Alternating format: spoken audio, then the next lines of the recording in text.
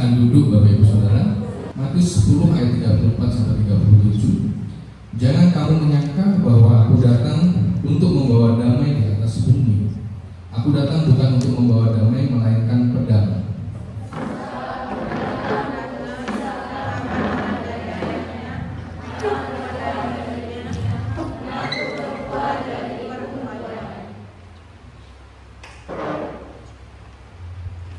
Dan musuh orang ialah orang-orang seisi rumahnya.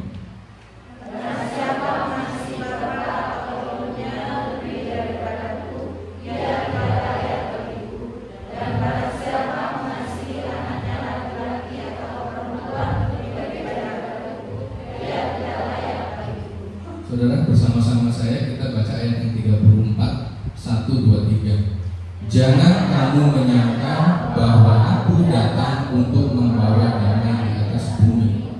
Aku datang bukan untuk membawa damai, melainkan pedang. Saudara, kata aku di sini siapa saudara? Hurufnya A besar, berarti siapa saudara? Semua sepakat ini Yesus. Kalau kita sepakat itu Yesus, kita ganti kata akunya dengan kata Yesus ya. Kita baca lagi pasal 10 ayat 34, 1, 2, 3.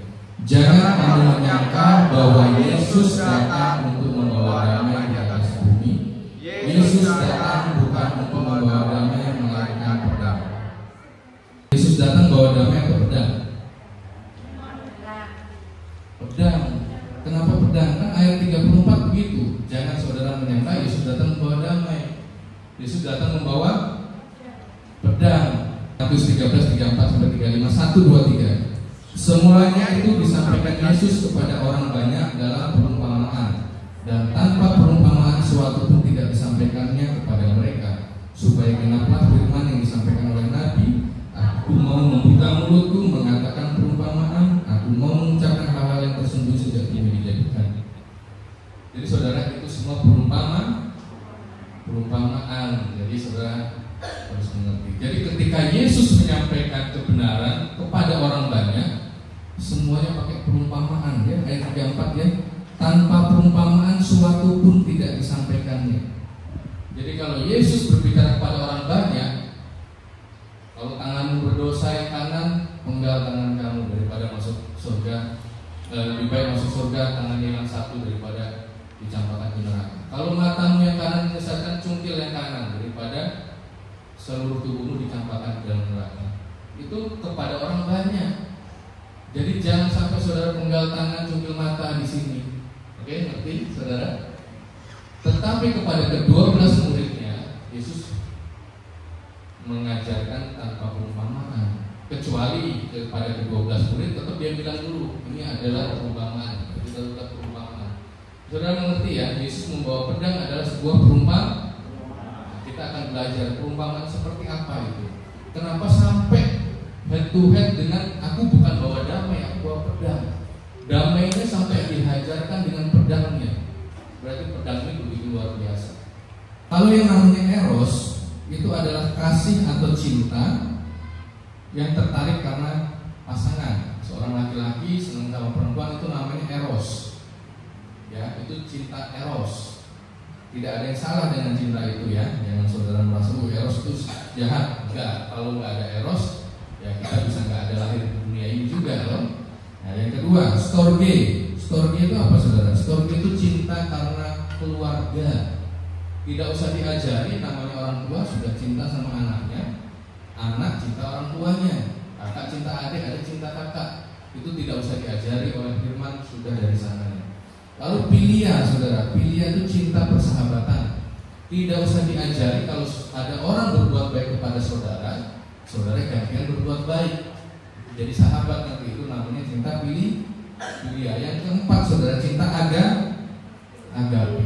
Nah ini luar biasa. Cinta agape itu cinta tanpa syarat. Mau disakiti, mau dikhianati, mau difitnah, mau dikucilkan, tetap mengasihi. Itu namanya cinta agape. Seperti kita saudara, kita sudah berulang kali berbuat dosa, Tuhan datang menebus kita. Tidak ada alasan yang sebetulnya kita ini nggak berharga, tetapi ditebus. Itulah agapenya Tuhan Yesus. Saudara percaya Yesus menebus dosa saudara? Tapi saya ada pertanyaan besar. Sebetulnya cinta agape ini cintanya Yesus saja, atau kita juga harus memiliki cinta agape juga?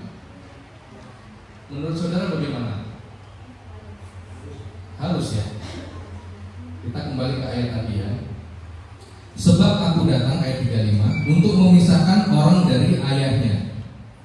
Jadi seorang dari ayahnya, berarti orang ini anak, betul nggak saudara? Jadi ayat 35 berkata, ayat 34 kan berkata, aku datang bukan membawa damai, tapi bawa pedang. Kita gambar nih, pedang nih, pedang. Ayat 35 nya berkata, sebab aku datang memisahkan orang dari ayahnya. Ini ada orang, ini ayahnya. Berarti punya cinta apa mereka saudara? Storge, betul nggak? Cinta keluarga tadi. Aku datang bawa pedang, aku pisahkan kamu dari storge. Kamu harus menggunakan agape, kasih yang aku berikan kepadamu. Bedanya apa? Kalau storge, ya, seorang anak bisa meninggalkan orang tuanya. Aku sudah nggak nganggap dia bapakku lagi. Aku sudah nggak nganggap dia adikku lagi. Aku sudah nggak nganggap dia anakku lagi. Saudara pernah melihat atau mendengar kasus seperti itu? Tapi kalau agape, apapun kesalahan anakku, aku tetap berdoa dan aku mengampuni dia. Amin. Itu loh bedanya. Jadi Yesus datang itu memisahkan 3 cinta yang sudah ada di dunia ini sebelum Yesus datang. Apa itu? Eros, philia, agape. Eros, philia, storge. 3-tiganya ini cinta, membawa damai. Membawa damai 3-tiganya ini. Bayangkan kalau ayah ngasih anak ngasih orang tua, masa nggak damai? Tapi Yesus bawa pedang, menghancurkan ini. Ganti dengan agape. Itu saudara. Kita lanjut dulu ya. Apa manusia bisa? Itu kan cuma kasihnya Yesus. Ternyata bisa. Karena Matius 22:37-38 hukum kasih berkata, kasihilah Tuhan Allahmu dengan segenap hatimu dan dengan segenap jiwamu dan dengan segenap akal budimu. Itulah hukum yang terutama dan yang pertama. Kata kasih ini kalau kita, dan hukum yang kedua ya saudara ya, kasihlah sesama manusia seperti dirimu sendiri. Kalau kita bedah Matius 22 ayat 37, kata kasih di situ apa saudara? Berasal dari kata agapau. Bagaimana carinya? Mudah saudara. Saudara bisa ketik di di Google saudara ya. Saudara ketik aja Matius 22 ayat 37 sabda paralel. Saudara ketik seperti ini. Saudara sabda paralel. Saudara akan menemukan bahwa ternyata kata kasih di situ adalah agape. Jadi firman Tuhan bilang apa? Agapelah kepada Tuhan Allahmu. Agapelah kepada sesamamu. Artinya kita bisa agape. Bukan hanya Tuhan Allah kepada kita, kita pun diberikan hukum kasih untuk agape kepada sesama kita. Artinya kita tidak boleh menyimpan kesalahan orang dong itu. Betul. Saudara disakiti, saudara harus mengampuni. 70 kali 7 kali harus mengampuni. Hukum yang kedua yang sama dengan itu ialah agapaulah sesama manusia. Matius 22 ayat 39. Jadi standar kasih agape saudara, supaya kita merenungkan yang namanya kasih agape itu saudara, kasihnya saudara kepada orang yang menyakiti saudara dan kasih saudara terhadap orang yang baik kepada saudara itu adalah sama saudara. Misalnya Pak Riko saya sakiti, terus Pak Riko dibaiki sama Mas Eko. Kasihnya Pak Riko kepada Mas Eko dan kasihnya Pak Riko kepada saya itu harus sama. Itu loh agape. Seperti Tuhan Yesus, orang yang menyalibkannya dia kasihi, murid-muridnya dia juga kasihi. Dan kasihnya Yesus kepada muridnya sama dengan kasihnya kepada orang yang menyalibkannya. Apa menurut saudara Yesus benci kepada orang yang menyalibkannya? Enggak kan? Jadi saudara dipanggil untuk hidup dalam kekudusan, kebenaran, hidup dalam pokok anggur. Akulah pokok anggur, di luar kamu tidak bisa berbuat apa-apa. Akulah kasih agape, pokok kasih agape. Di luar aku, di luar kasih yang sama ini, kamu gak akan berbuah. Jadi saudara, saya sendiri sudah berkali menyampaikan ini, seperti masih agape. Bukan putus asa, tetapi saya menyadari, aduh yang ini saya belum. Tetapi kita percaya bukan karena perbuatan kita diselamatkan. Karena tidak ada satu orang pun yang bisa agape kalau dia belum mengenal Yesus. Dari mana mau belajar agape? Yang mengajarkan agape hanya Yesus di dunia ini. Yang mati karena begitu besar agape Allah akan dunia ini hanya Yesus. Yang mati bagi saudara dan kita. Ya kan saudara? Kita lanjut ya. Jadi saudara mengerti standar kasih agape, kasih kepada orang yang menyakiti dan kasih kepada orang yang mengasihi saudara sama. Sudah mulai ini saudara, sudah mulai wah, seperti itukah Kristen yang betul? Kita lanjut ya. Ingat ya 4 jenis kasih tadi, storge, eros, philia dan agape. Saudara boleh foto, saya boleh, foto ini boleh, silakan. Untuk mengingat saudara ketika saudara lemah, ketika saudara merasa kesel, saudara ingat, oh saya harus agape. Karena seringkali kita ini saudara, seringkali tanpa sadar, sering berpromosi. Apa itu maksudnya masih berpromosi? Kalau habis dengar khotbah, pulang, istri sama suami tunduk, suami sama istri mengasihi, anak sama orang tua berbakti. Kalau habis dengar khotbah, 3 hari habis itu balik lagi. Kalau ditanya istrinya, kok papi beda sama hari Minggu, hari Kamis ini? Ya, kemarin Minggu kan hari promosi, baru dengar firman, sekarang udah balik lagi. Kayak swalayan ya, ada promosinya, ada ininya. Saudara, foto, tidak ada promosi-promosi. Setiap hari berjuang hidup dalam kasih agape. Sudahkah engkau agape saudara? Saudara sudah agape belum saudara? Dengan yang sederhana tadi saya sampaikan, kasihnya itu loh, melimpah kepada semua orang. Sudah agape belum? Proses. Ya, ciri-ciri agape saya rangkum 3 saja yang singkat saudara. Yang pertama, mengasihi tanpa batas. Ini adalah hukum kasih tadi ya, Matius 22. Yang kedua, mengampuni tanpa batas.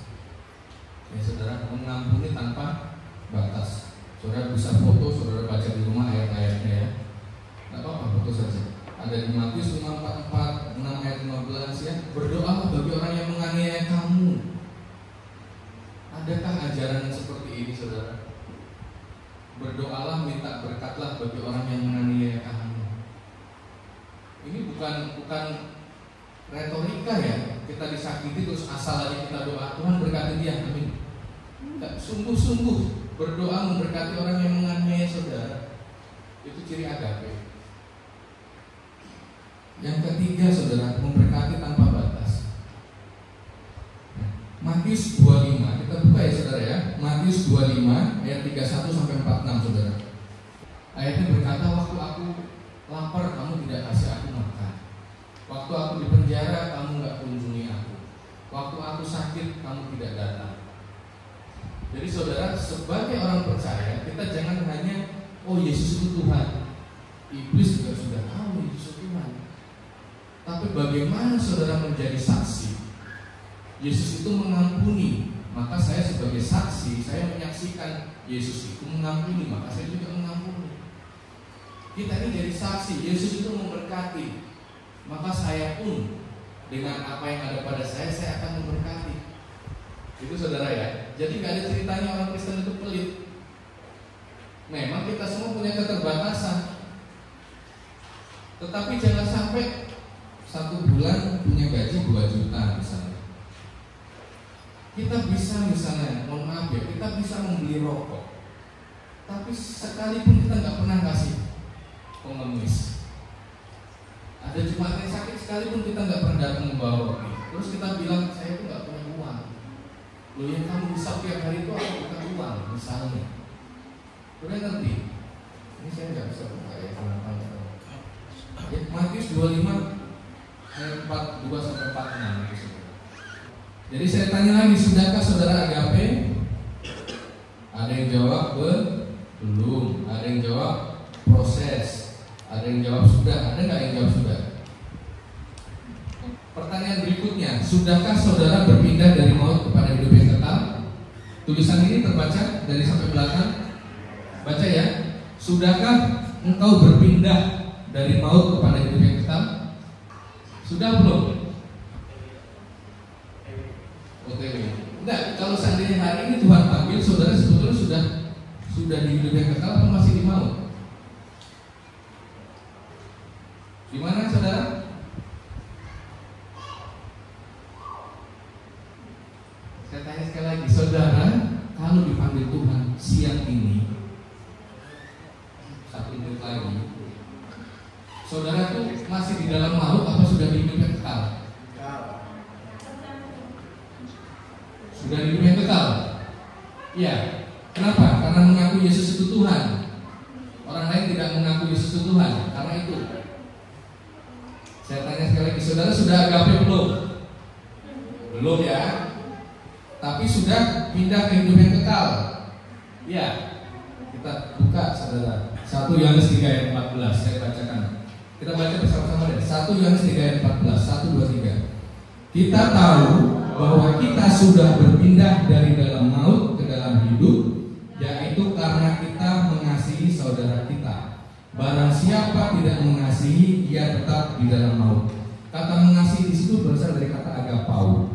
Sekarang kita baca sekali lagi, kata mengasihinya kita ganti kata agapau ya. 1, 2, 3.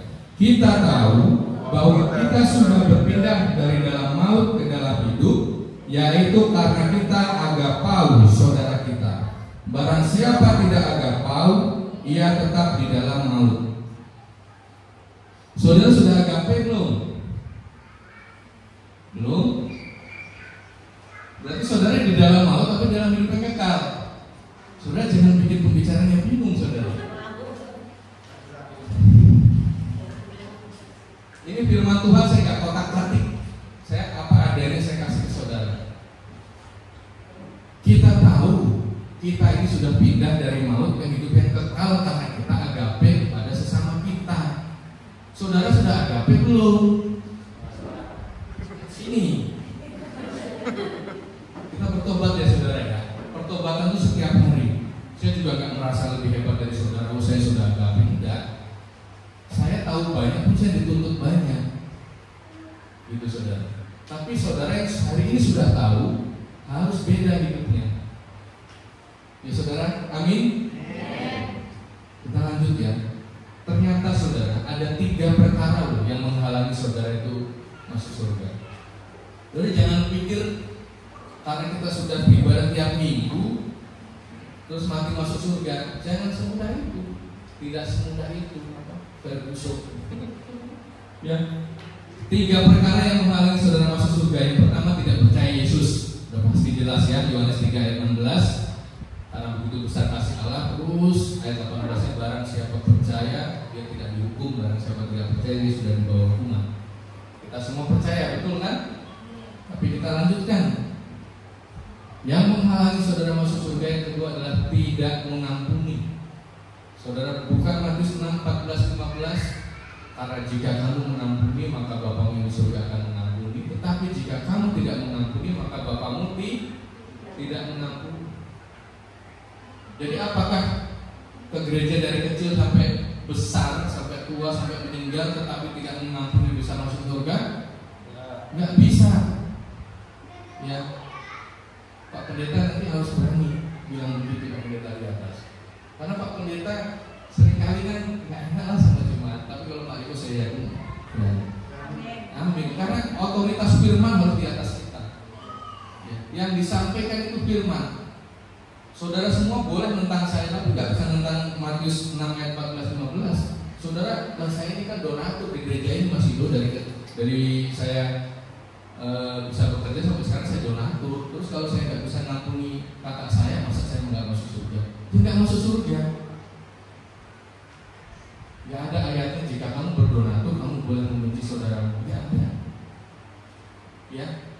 Jadi saudara jangan sekali-kali punya kebencian dalam hati saudara.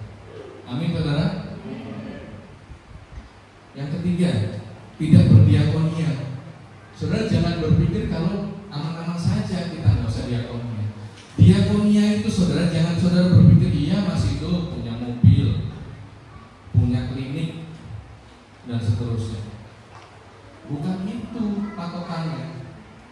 Saudara cari orang yang lebih susah dari hidup saudara. Ada nggak saudara? Ada. Kalau saudara bilang nggak ada, wah saya kok jadi gimana, masa paling susah nih di sini. Ya cari mbah-mbah yang mau makan aja bingung. Cari orang sakit yang butuh pertolongan. Cari orang yang nggak mampu, saudara bantu. Yang saudara bisa bantu, bagi periuk nasi saudara. Karena itu mencirikan kasih Yesus. Ya, dari mulai perjanjian lama Yusuf kasih makan seluruh orang Israel, 70 orang Israel datang ke Mesir dikasih makan. Perjanjian baru 5.000 orang Tuhan kasih makan. Jadi kasih saudara itu akan dipancing itu loh saudara. Dengan saudara bantu orang susah, ada orang sakit saudara datang, bisa bawa roti puji Tuhan, nggak bisa didoakan, dikunjungi. Saudara nggak boleh didoakan karena masih beda keyakinan, saudara kasih kekuatan dulu. Jadi orang di luar akan ngerti, oh ini toh muridnya Yesus. Itu saudara. Ya, jadi berdiakonia jangan sekali-kali saudara nunggu saya kaya, saya diakonia. Tidak akan bisa. Semakin saudara kaya, semakin saudara terikat. Benar nggak? Di diakonia saudara, kalau diakonia, Matius 25 ayat 31 sampai 46. Waktu aku lapar kamu nggak kasih aku makan, waktu aku di penjara kamu nggak tengok, waktu aku sakit kamu nggak kunjungi. Nyalah kamu pembuat kejahatan. Itu ayat ditulis di Alkitab. Berarti untuk orang yang baca Alkitab. Apa saudara pikir itu ayat untuk orang yang nggak baca Alkitab? Saudara pikir dong, itu ayat ditulis di Alkitab saudara. Lalu untuk siapa kalau bukan untuk yang baca? Ditulisnya Matius 25 itu. Apa untuk orang luar? Itu kan untuk orang luar yang nggak percaya Yesus. Kalau mereka nggak kasih makan, mereka nggak selamat. Kalau kita ya selamat. Lalu Matius itu ditulis untuk orang yang percaya Yesus. Kok gimana sih? Mulai berpikir, mulai masuk akal saudara. Jangan berlindung pada pengakuan percayamu tapi kosong. Ya, ya saudara. Amin ya. Kita nggak boleh berlindung pada saya itu udah ngaku dengan mulut. Nanti dulu pengakuanmu dengan mulut akan mencerminkan hatimu dan tindakanmu. Saya ini saksinya Yesus. Yesus apa yang kamu saksikan? Loh, kamu loh setiap hari marah-marah, kamu pendendam. Saksi apa? Kok beda sama yang disaksikan? Nggak bisa. Oke saudara, ya, kita lanjut ya. Jadi dengan memiliki kasih agape, sekali lagi saudara, tidak satu pun orang bisa melakukan kasih agape kalau dia belum menerima kasih agapenya Yesus. Jadi nggak mungkin keselamatan itu bisa didapat orang yang menolak penyaliban Yesus. Itu garis besar. Jadi jangan saudara berpikir, wah ini yang diajarin Mas itu ini humanisme ini, kayaknya asal berdiakonia, asal ini percaya. Enggak, menolak Yesus nggak bakal selamat. Kasih contoh kasih yang besar itu ditolak, gimana mau diikuti? Betul nggak? Ya saudara, kita baca Matius 7 ayat 21, 1, 2, 3 ada di depan. Bukan setiap orang yang berseru kepadaku Tuhan, Tuhan akan masuk ke dalam kerajaan surga, melainkan dia yang melakukan kehendak Bapakku yang di surga. Jadi bukan yang berseru kepadaku, kepada Yesus, bukan yang berseru Yesus, Yesus yang masuk ke surga, bukan. Saya kembalikan lagi, yang memanggil Yesus itu Tuhan siapa kalau bukan orang Kristen? Berarti ini ayat untuk orang Kristen. Bukan orang Kristen yang berseru kepadaku, kepada Yesus Tuhan, Tuhan akan masuk ke kerajaan surga. Bukan semua orang Kristen. Tetapi yang melakukan kehendak Bapa. Kehendak Bapa itu apa saudara? Kehendak Bapa di surga itu apa sih? Ada di Yohanes 6 ayat 40. 1, 2, 3. Sebab inilah kehendak Bapakku, yaitu supaya setiap orang yang melihat Anak dan yang percaya kepadanya beroleh hidup yang kekal, dan Aku membangkitkannya pada hari kiamat. Jadi kehendak Bapa itu supaya kita dapat hidup kekal. Tapi masalahnya hidup kekal itu apa? Apa itu hidup kekal, saudara? Ada di Yohanes 17 ayat 3, 1, 2, 3. Inilah hidup yang kekal itu, yaitu bahwa mereka mengenal Engkau satu-satunya Allah yang benar, dan mengenal Yesus Kristus yang telah Kau utus. Tidak mungkin orang hidup kekal kalau nggak percaya penyalipan. Udah titik. Maut. Ya kan? Kasih yang begitu besar itu tidak boleh menolak Yesus mati. Kita lanjut ya. Apa itu mengenal Allah sih? Mengenal Allah dari 1 Yohanes 4 ayat 7. Langsung ayat 8 ya. Saya baca ayat 8. Barang siapa tidak mengasihi, ia tidak mengenal Allah, sebab Allah adalah kasih. Di situ agape. Sebab Allah adalah agape. Jadi kalau kita rangkum, saudara, dari Matius 7 ayat 21, siapa yang akan masuk ke dalam surga? Yang melakukan kehendak Bapa-Ku, kata Matius 7 ayat 21. Apa sih kehendak Bapa? Kehendak Bapa supaya kita hidupnya kekal. Saudara bisa foto silakan.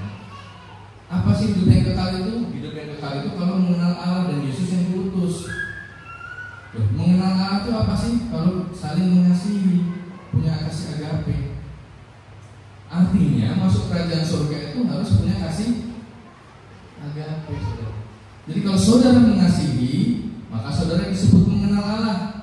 Kalau saudara mengenal Allah, maka saudara punya hidup yang kekal. Itulah saudara melakukan kehendak Bapa dan masuk dalam kerajaan surga. Jadi pertanggungjawabkan iman percaya saudara. Maka Yakobus bilang, kita diselamatkan juga karena perbuatan kita. Paulus berkata kita diselamatkan karena kasih karunia, bukan karena perbuatan, betul kan? Tapi Yakobus tekankan lagi, tunjukkan kepadaku imanmu itu tanpa perbuatanmu. Aku akan menunjukkan imanku dengan perbuatanku. Kasih. Itulah yang membawa saya berkeliling menyampaikan hal ini supaya kita semua sadar. Ayo, kasih dan kasih. Kalau bicara Mas Ido, saya itu mengasihi anak saya. Iya Bu, tetangga ibu juga ngasihi anaknya sama. Harus ada bedanya. Ibu itu murid Yesus dan tetangga ibu bukan murid Yesus, itu harus ada bedanya. Mereka pakai cinta storge, kita pakai cinta agape. Amin. Sebelum saya lupa, saudara, ayat 37 dari Matius pasal 10 kita bahas ya. Saya lupa ini biasanya. Nah, ayat 36 dulu. Dan musuh orang ialah orang-orang seisi. Musuhnya Pak Riko siapa? Istrinya. Musuhnya istrinya Pak Riko siapa? Pak Riko. Musuh saya siapa? Istri saya. Seisi rumah itu loh musuh saudara. Musuhan saudara itu. Tapi firman Tuhan katakan kasihilah musuh. Artinya apa? Jangan suami mengasihi istri karena istrinya lagi nurut aja. Saat dia jadi musuh pun tetap harus dikasihi. Nah, ini saya mau baik diri saya, saudara. Saudara ngerti ya? Musuh saudara itu seisi rumah saudara itu loh. Itu tuh musuh gitu loh. Tapi kasih agape itu mengasihi musuh. Maka tidak ada perceraian, tidak ada perpisahan dalam orang yang hidup dalam iman Kristen yang betul, yang benar. Amin. Kalau ada yang sudah terlanjur cerai, tidak apa-apa, namanya belum kenal agape ya kan? Sekarang kan sudah mengerti. Lalu ayat 37, 1, 2, 3. Barang siapa mengasihi bapa atau ibunya lebih daripadaku, ia tidak layak bagiku. Dan barang siapa mengasihi anaknya laki-laki dan perempuan lebih daripadaku, ia tidak layak bagiku. Ini saudara. Wah, jahat sekali kita nggak boleh ngasih anak ya. Ini saudara ya, saya gambar diri saya. Barang siapa mengasihi bapaknya, ini saya ya, Bapak Ido. Lalu bapak saya namanya Bapak Sundoyo. Barang siapa mengasihi orang tuanya lebih daripada Yesus, ini saya gambar Yesus ya, maaf Yesusnya jadi dua orang. Saya mengasihi orang tua saya, tidak boleh lebih daripada saya mengasihi Yesus. Terus bagaimana dong? Ya harus sama-sama agape. Makanya kepada Yesus Kasihilah Tuhan Allahmu, agapelah Tuhan Allahmu, agapelah sesamamu manusia. Kalau saya mengasihi orang tua saya dengan storge, dengan kebanyakan orang di luar, dengan storge, terus ayatnya bilang kalau kamu mengasihi orang tuamu lebih daripada Yesus, berarti Yesus di bawah storge. Makin gak layak di bawah storge apa? Saya nggak tahu namanya. Berarti gak tulus. Kepada orang tua hanya storge, kepada Yesus di bawahnya. Ya kamu gak layak lah ikut Yesus. Tapi kalau kamu kepada orang tuamu agape, kepada Yesus juga agape, kamu layak ikut aku. Sudah paham ayat ini maksudnya?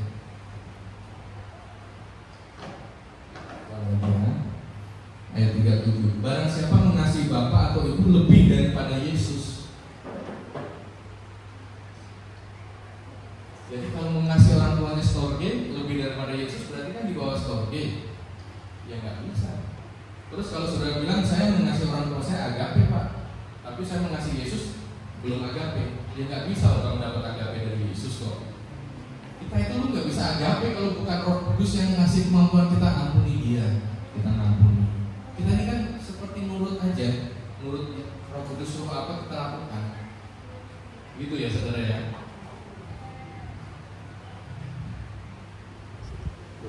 Ini jam saya salah kayaknya cepet sekali ya. Saudara masih mau bersama saya ya? Amin ya Pak Riko, lanjut ya.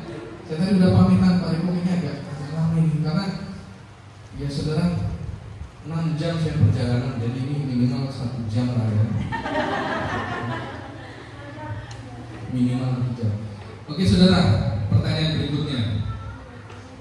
Saya mau tanya saudara, sudahkah engkau intim dengan Tuhan Yesus? Seringkali kalau seorang jemaat tanya ke hamba Tuhan, Pak, ajari saya supaya saya bisa intim dengan Tuhan Yesus, Pak, ajari saya supaya saya intim hubungannya dengan Tuhan Yesus. Biasanya tidak bisa disalahkan, tetapi biasanya kakak rohani, gembala akan berkata, kalau kamu mau intim sama Tuhan Yesus, kamu tiap hari baca Alkitab, kamu tiap hari doa 1 jam, 2 jam, tiap hari kamu harus ini, itu, dan seterusnya. Itu saya tidak menyalahkan, itu akan membawa saudara pelan-pelan intim dengan Yesus. Tetapi intimnya sendiri itu saudara, biasanya kalau jawabannya seperti itu masih salah memaknai kata intim. Saudara paham nggak kenapa suami istri kenapa disebut berhubungan intim?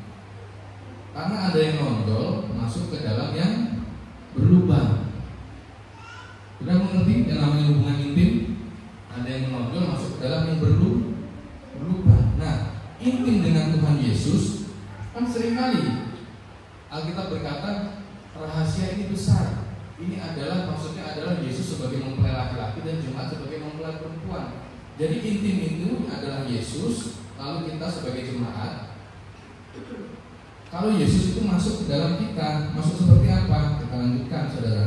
Yohanes 15 ayat 3 berkata, kamu memang sudah bersih karena firman yang telah kukatakan kepadamu. Saudara lihat kata firman di sini. Dari kata apa saudara? Logos. Kamu sudah bersih karena kamu mendengar logos yang kukatakan. Orang kalau rajin baca Alkitab, pikirannya bersih. Dia bisa membedakan yang ini betul, ini enggak, yang ini benar, ini salah, dan seterusnya. Kalau dia rajin baca Alkitab, dia bisa membedakan mana yang betul, mana yang enggak, karena dia penuh dengan logos. Tapi masalahnya, saudara perhatikan ini, Yohanes 15 ayat 3, kata firman itu adalah logos. Lalu Yohanes 15 masih pas perikop yang sama, ayat 7. Jikalau kamu tinggal di dalam aku dan firmanku, firman di situ kata apa saudara? Rema. Sama-sama diartikan firman, tetapi yang ayat 3 sumbernya dari logos, yang ayat 7 dari rema. Kalau kamu tinggal di aku dan remaku tinggal di dalam kamu, minta apa saja yang kamu kehendaki aku akan menerima. Jadi saudara, yang namanya hubungan intim itu adalah kalau remanya Yesus masuk ke dalam hidupmu, bukan sekedar logos. Apa sih rema itu? Mas itu saya bingung loh, rema itu apa sih? Sering saya dengar tapi saya belum paham. Rema itu adalah logos yang dilakukan. Ketika saudara sekarang dengar logos, saudara harus mengampuni. Itu masih sekedar logos saja. Ketika saudara disakiti, logos itu saudara ingat, lalu saudara lakukan terus menerus, ketika disakiti mengampuni, ketika disakiti mengampuni, itu menjadi rema dalam hidup saudara. Saudara mengerti bedanya logos sama rema? Lalu ketika saudara dapat firman, harus berdiakonia, lalu saudara mulai berangkat, lihat orang susah saudara datang, lihat hamba sakit saudara kunjungi, terus saudara lakukan, itu jadi rema. Dan firman Tuhan katakan apa? Kalau remaku di dalam kamu, minta apa saja kamu kehendaki, kamu akan menerimanya. Jadi namanya hubungan intim itu adalah remanya Yesus di dalam kamu, remanya Yesus di dalam hidup kita. Apa sih remanya Yesus, saudara? Remanya Yesus itu kalau dia ngeliat orang yang bersalah, diampuni. Kalau dia pelacur, pemungut cukai, diampuni. Itu remanya Yesus.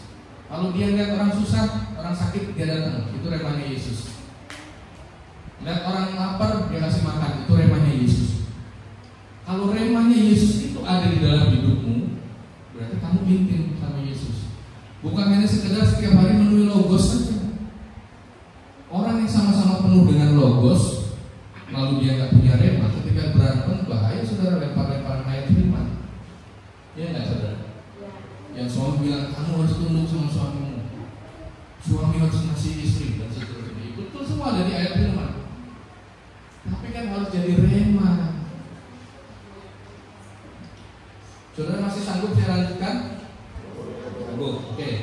Jadi rema adalah logos yang ditambah dengan kasih agape. Karena di Korintus dikatakan, jika kamu menyerahkan nyawamu untuk dibakar, memberikan hartamu semua, tapi kamu nggak punya agape, kamu seperti tong yang kosong yang bunyi bergemericik. Kamu punya bisa 1000 bahasa, kalau kamu nggak punya agape, kamu nggak ada manfaatnya. Yang orang itu bisa loh menyerahkan diri untuk dibakar kalau nggak punya agape, bisa karena sombong. Ini loh udah pakai punyaku aja. Ini loh. Itu bukan seperti itu juga yang Tuhan mau. Ini loh aku berdiakonia, lihat-lihat orang. Kalau saya tunjukkan di media sosial ketika saya berdiakonia itu supaya menginspirasi orang lain, supaya membangkitkan. Rema adalah logos yang dilakukan dengan kasih, bukan dengan kesombongan. Amin. Oke ya. Oke. Masalahnya saudara, Matius 7 ayat 27 kan berkata begini. Kalau kamu dengar firman-Ku tapi tidak melakukan, kamu itu sama dengan orang yang mendirikan rumah di atas pasir. Datanglah hujan, datanglah badai, robohlah rumah itu. Benar nggak? Dengar firman tapi tidak melakukan, baca logos, dengar logos tapi tidak merema, maka sama dengan rumah yang di atas pasir roboh. Nah kebanyakan orang Kristen seperti itu. Setiap minggu tuh dijejeli logos terus, tapi remanya itu nggak dilakukan. Ya nggak ada bedanya, jadi roboh juga hidupnya. Nah saudara mulai sekarang lakukan setiap yang saudara dengar dari firman, lakukan dan lakukan. Kita lanjut ya. Sesi itu kita baca bersama-sama. Saudara baca dalam hati dulu. Nanti kita ikrarkan bersama-sama. Kita janji pertobatan. Mau nggak saudara seperti itu? Mengasihi, mengampuni, memberkati bukan cuma sesama tapi semua musuh. Mau nggak saudara? Amin. Mau ya. Kita baca bersama-sama ya. 1, 2, 3. Janji pertobatan. Saya adalah murid Yesus yang akan selalu mengasihi, mengampuni, memberkati sesamaku dan semua musuhku. Amin. Saudara lakukan ini, saudara selamat sampai akhir zaman nanti. Amin. Karena kita ngomong tentang bait suci ini sebagai penutup. Ya. Ketika saudara mendengar kata bait suci, apa yang terlintas dalam pikiran saudara? Apa saudara? Bangunan, betul nggak saudara? Kita sekarang belajar.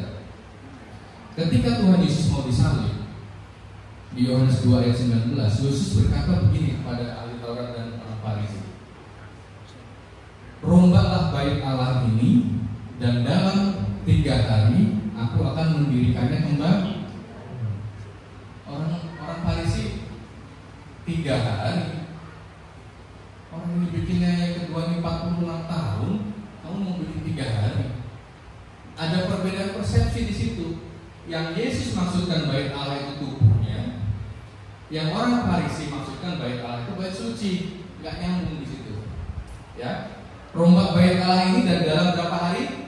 3 hari. Kata bait Allah di situ bersumber dari kata apa, saudara? Naos. Kelihatan, saudara? Naos ya, kelihatan ya? Nah, sekarang kita lanjut. 1 Korintus 3 ayat 16. Tidak tahukah kamu bahwa kamu adalah bait Allah dan bahwa Roh Allah diam di dalam? Bait Allah di situ apa, saudara? Naos. Maksudnya begini, saudara. Orang Farisi ahli Taurat sudah salah persepsi. Di pikiran mereka yang namanya bait suci itu adalah gedung.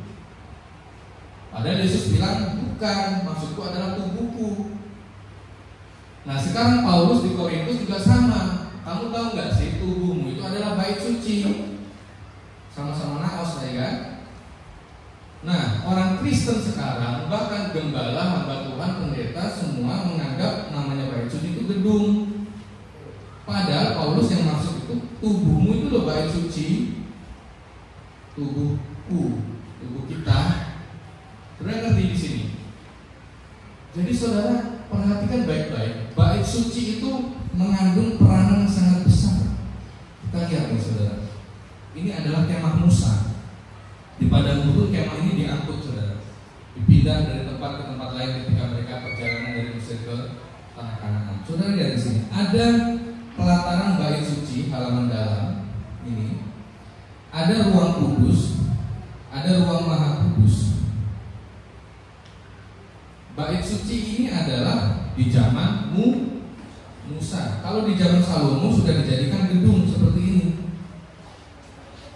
Nah, bait suci itu, saudara, kalau saudara lihat sejarahnya, tahun 900 sebelum Masehi itu didirikan oleh Salomo. Lalu dihancurkan oleh Babel tahun 568. Dibangun kembali oleh Hagai dan Sakaria tahun 536 sebelum Masehi. Dihancurkan lagi tahun 70 Masehi oleh Roma. Jadi sekarang bait suci itu sudah nggak ada. Tapi pikiran kita memindahkan itu kepada gereja. Maka kita selalu berpikir yang namanya ibadah di dalam gereja. Padahal bukan. Tubuhmu itu loh bait suci. Tubuhmu itu loh tempat ibadah. Yang namanya bait suci, saudara, di luar itu ada apa namanya ini, saudara? Ada meja sembelihan. Domba masuk sembelih dipotong.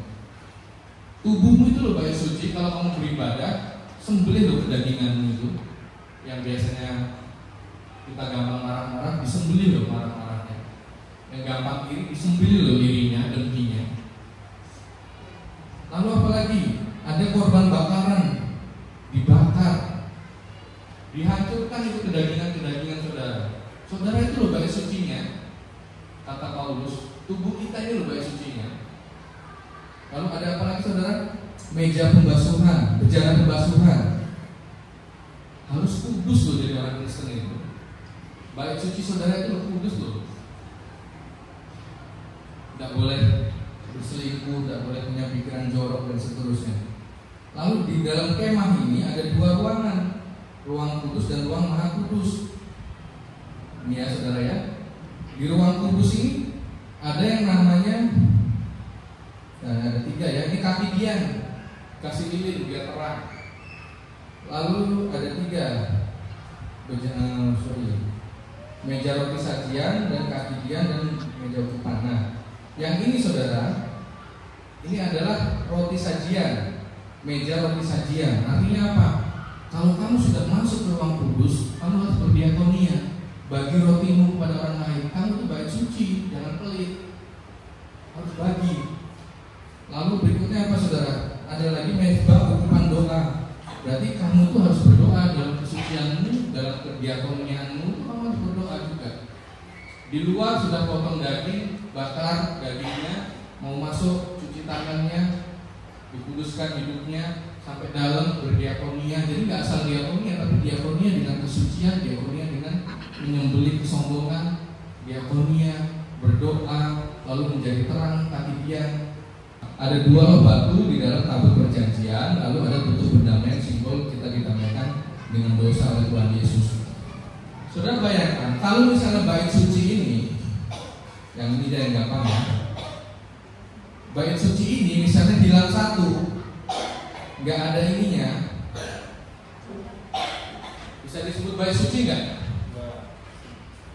Rajin berbagi, rajin diakoninya, tapi nggak jaga kekudusan, bait suci nggak orang itu?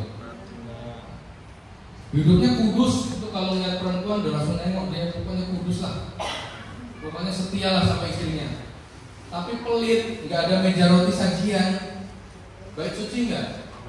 Enggak. Semua komponen ini harus kita lakukan, saudara.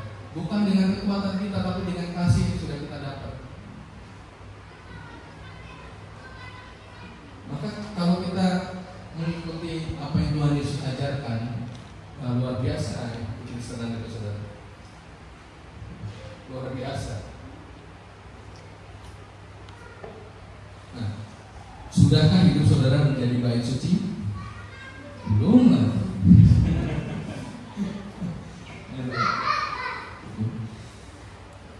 Ya, ini banyak korbannya. Ini untuk 4 minggu cukup sebetulnya. Ya, nanti kita akan masukkan di YouTube, saudara kita ulang, ya, supaya apa? Supaya kita semua bertobat ya. Saya juga bertobat, saudara juga bertobat. Firman Tuhan itu kan seperti pedang bermata dua. Kata firman yang di ayat itu, pedang bermata dua itu logos apa rema? Logos, saudara. Jadi firman Tuhan itu seperti logos yang bermata dua, mencerahkan pikiranmu dan mencerahkan pikiranku. Tetapi di ayat lain Tuhan katakan, gunakanlah perisai iman. Firman itu ya perisai ya, perisai firman ya. Itu pakai kata rema. Jadi kalau nggak punya rema, saudara berperang sama dengan nggak punya perisai. Saudara ngerti ya? Ini setiap saudara lihat kata firman, coba saudara pisah ya. Lihat di Sabda Paralel ini logos apa rema sih? Jadi logos itu seperti pedang bermata dua, tapi rema itu perisai. Jadi kalau nggak dilakukan, kita udah pasti kalah lawan iblis. Siapa iblis? Pikiran kita. Ya. Jadi setan itu jangan saudara pikirin macam-macam dulu deh. Ya, ketika Petrus menghalangi Yesus disalib, Yesus bilang apa? Nyala iblis dalam pikiranmu. Jadi untuk mengalahkan iblis dalam pikiran kita ini, saudara, pakai rema, bukan pakai teori-teori. Oh, ini ayatnya dari sini. Ya.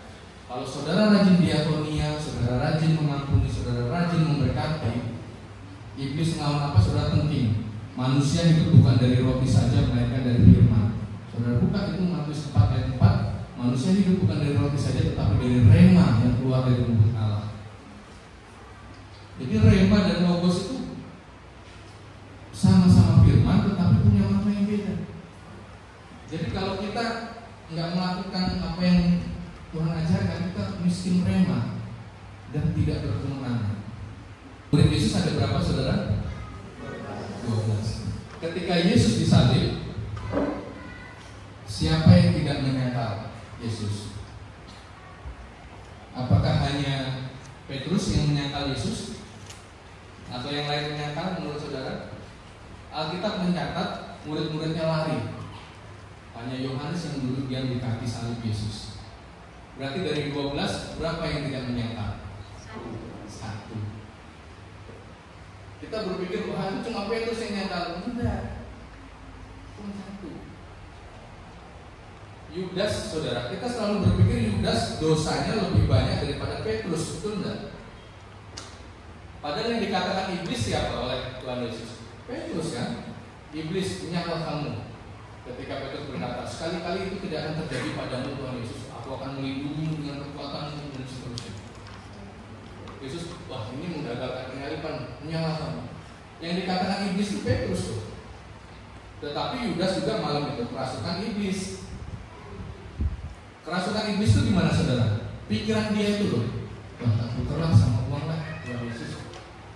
Jadi iblis sebelum saudara berpikir jauh-jauh, iblis yang terbang-terbang itu, pikirkan dulu iblis dalam pikiran saudara. Yesus sudah 2 kali kasih tahu Alkitab. Petrus disebut iblis karena pikirannya menggagalkan Yesus. Yudas disebut kerasukan iblis karena malam itu pergi menjual Yesus. Nah, saya mau tanya saudara, apakah dosa Yudas lebih besar daripada dosa Petrus? Enggak. Tetapi Petrus ini bertobat.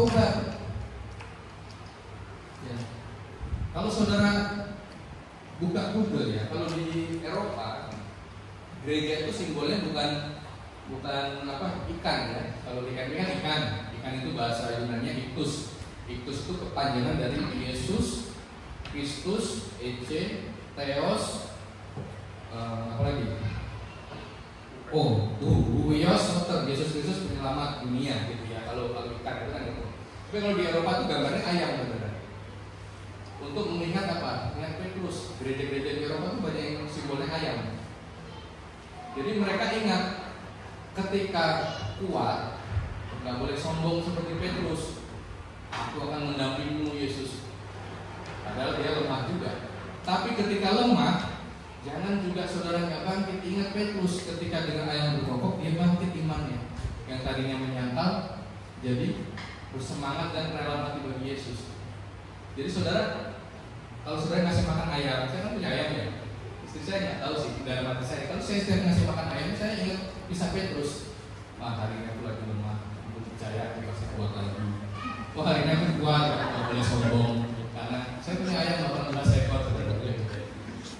Jadi ketika saya ngasih makan ayam, tiap hari saya kasih makan ayam, saya selalu ingat, bahwa saya sekarang lagi lemah. Gak apa-apa, Petrus juga lemah. Biar ayam berkokok, dia kuat lagi. Ketika saya lagi kuat, saya juga, saya nggak boleh sombong. Petrus juga jatuh ya, gara-gara ayam juga. Jadi saudara, Yudas itu dia tidak selamat karena dia tidak bertobat, bukan karena dosanya besar. Kalau dia bertobat dia selamat. Nah sekarang saya mau tarik ke sekarang. Apa sih yang disebut murtad dan apa yang disebut setia sampai akhir? Seringkali iman Kristen itu berkata begini, puji Tuhan ya, mbak kita ini setia sampai akhir, tidak meninggalkan imannya. Seringkali dalam pikiran kita, puji Tuhan mbak kita ini nggak pindah kepercayaan, hanya sebatas itu kok. Dan saya mau tanya, Yudas pindah kepercayaan nggak sebelum dia murtad? Sebelum dia mati pindah kepercayaan nggak? Pindah dari percaya Yesus itu gurunya terus pindah dari yang lain nggak Yudas? Enggak. Mati sebagai murid Yesus nggak? Iya. Kalian mesti ingat ya. Jadi bukan orang mati sebagai KTP Kristen terus puji Tuhan ya. Nah, maka berjuanglah mulai sekarang, mati dalam kondisi rajin berdiakonia, rajin mengampuni, rajin memberkati. Itu loh saudara. Ya, Yudas itu mati sebagai muridnya Yesus, jangan mati sebagai muridnya orang lain. Walaupun dia disebut iblis karena dia kerasukan untuk menjual Yesus, tapi dia muridnya Yesus, mati mengkhianati. Iya juga ya. Jadi saudara, Yesus berkata, kalau kamu malu mengakui aku pun malu mengakui kamu di depan Bapakku, kata Yesus. Kenapa Yesus berkata begitu? Karena dia tahu dari 12 ini yang gak malu mengakui aku cuma satu, Yohanes di bawah kakiku.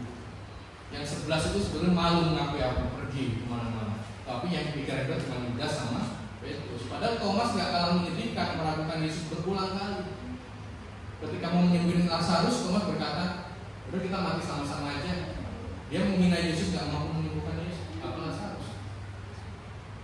Itulah kenapa Rasul Yohanes dikaruniai wahyu yang begitu besar akhir zaman. Dia yang melihat di Pulau Patmos, karena dia setia, dia punya kasih kepada Yesus. Dia ada di bawah kaki salib Yesus. Ya, saudara lakukan agape bukan dengan kekuatan kita, tapi dengan dasar saya ini murid Yesus, saya di bawah kaki Yesus, di bawah kaki salib Yesus.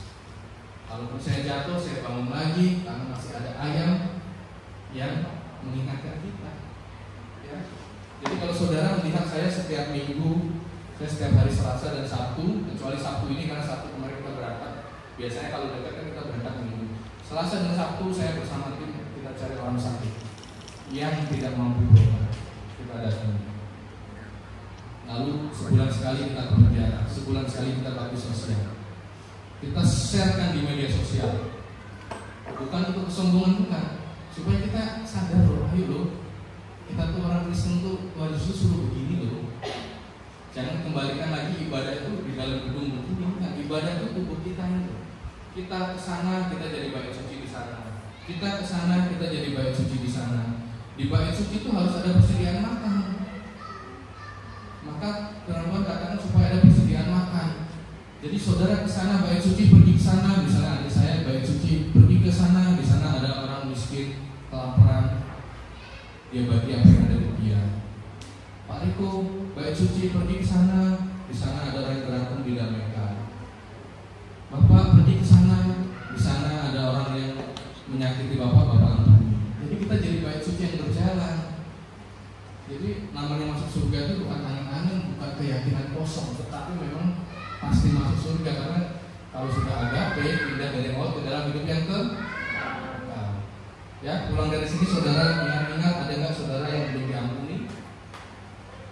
Belum. Kalau masih ada, saudara ampuni, saudara doakan, saudara kunjungi supaya iman kita bertumbuh. Amin. Ya, kita tunggu, mari kita berdoa ya. Bapak